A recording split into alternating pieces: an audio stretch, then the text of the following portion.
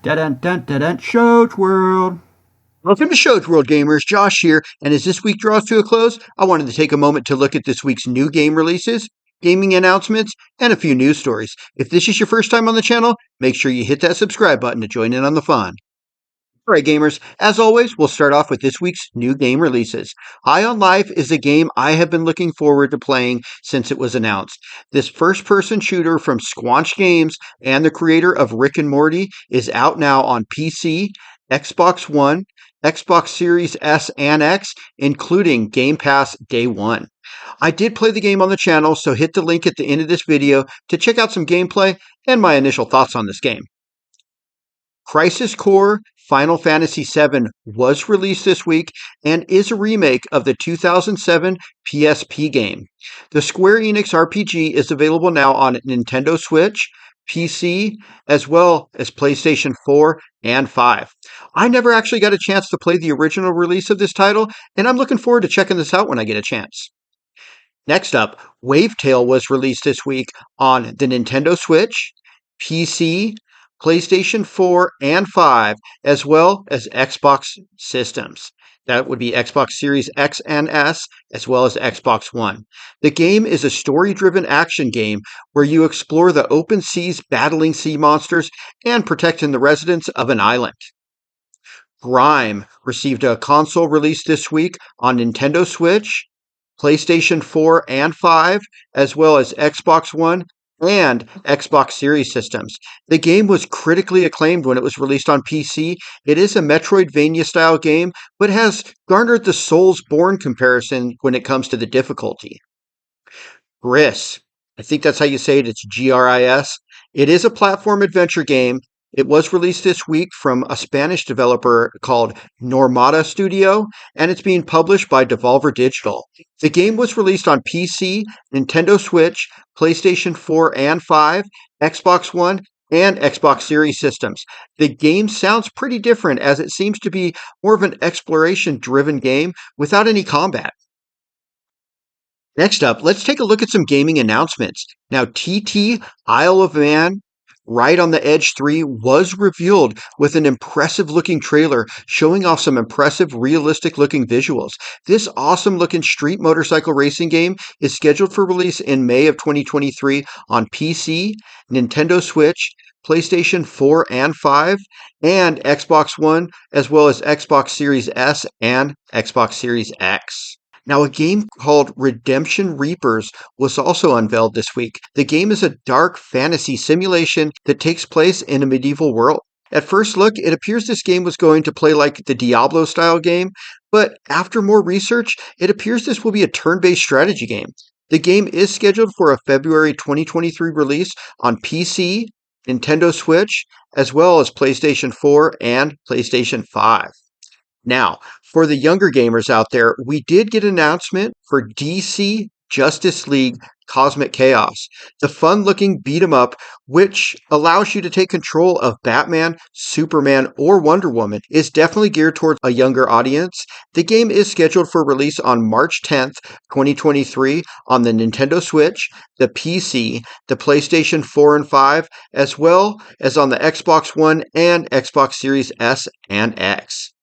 Now, while this next project is going to be quite a ways off, Amazon has officially ordered a God of War television series to be made for their Amazon Prime streaming service. There had been comments made by head of PlayStation division at Sony, Jim Ryan, that a God of War series was in the works, but we now have an official announcement from Amazon.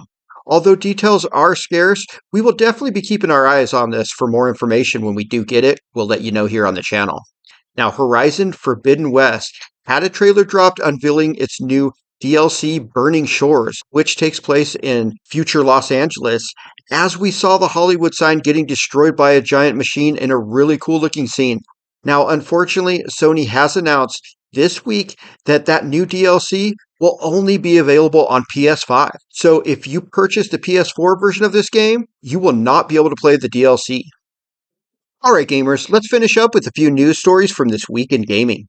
Now, in some weird news, gamers seem to be very upset with the unveiling of the cover art for Street Fighter VI. Luke is the cover character, and it does look Well, it looks pretty terrible. Capcom seems to be struggling with certain aspects of this game.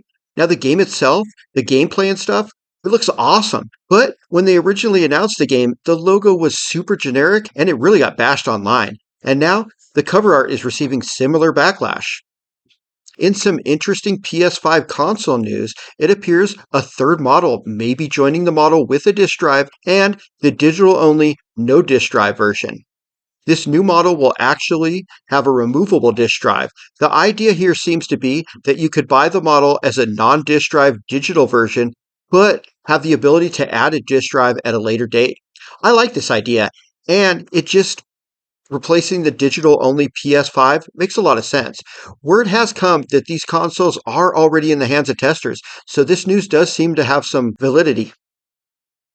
In some good news for the Blue Blur, riding on the coattails of his highly successful theatrical movie releases, the latest Sonic game, Sonic Frontiers, has surpassed the 2.5 million unit sold mark in just its first month. With the upcoming Sonic Prime animated series releasing on Netflix this past week and the third theatrical film in the work, it's safe to say that Sonic the Hedgehog is definitely back. We also got a lot of new gameplay from the upcoming Wizarding World game, Hogwarts Legacy. This game is looking better and better the more I see, and this will definitely be a day one purchase for me.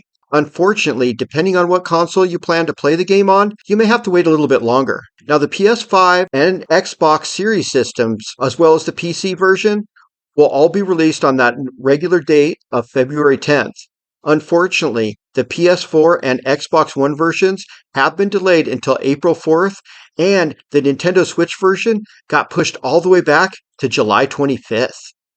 We also finally got the official opening date for the first US Super Nintendo World theme park coming to Universal Studios Hollywood in Southern California. This awesome looking park addition will officially open on February 17th of 2023. We have been following the construction on both this park as well as the larger Florida version scheduled to open in 2025. So if you check out those videos, I will link the latest one of those at the end of this video so you can check that out. Alright gamers, that concludes this week in review for the week ending on 12/16. The week started with gamers dissecting the trailer for Death Stranding 2, searching for hidden secrets. Then Sony made PS4 owners mad, announcing the upcoming Horizon Forbidden West DLC will only be available on PS5. Then the week ended with plans being made to experience the new Super Nintendo World theme park coming to Universal Studios Hollywood in February. But let me know anything I may have missed in the comments, and thanks for joining us today, gamers. Shoge World out.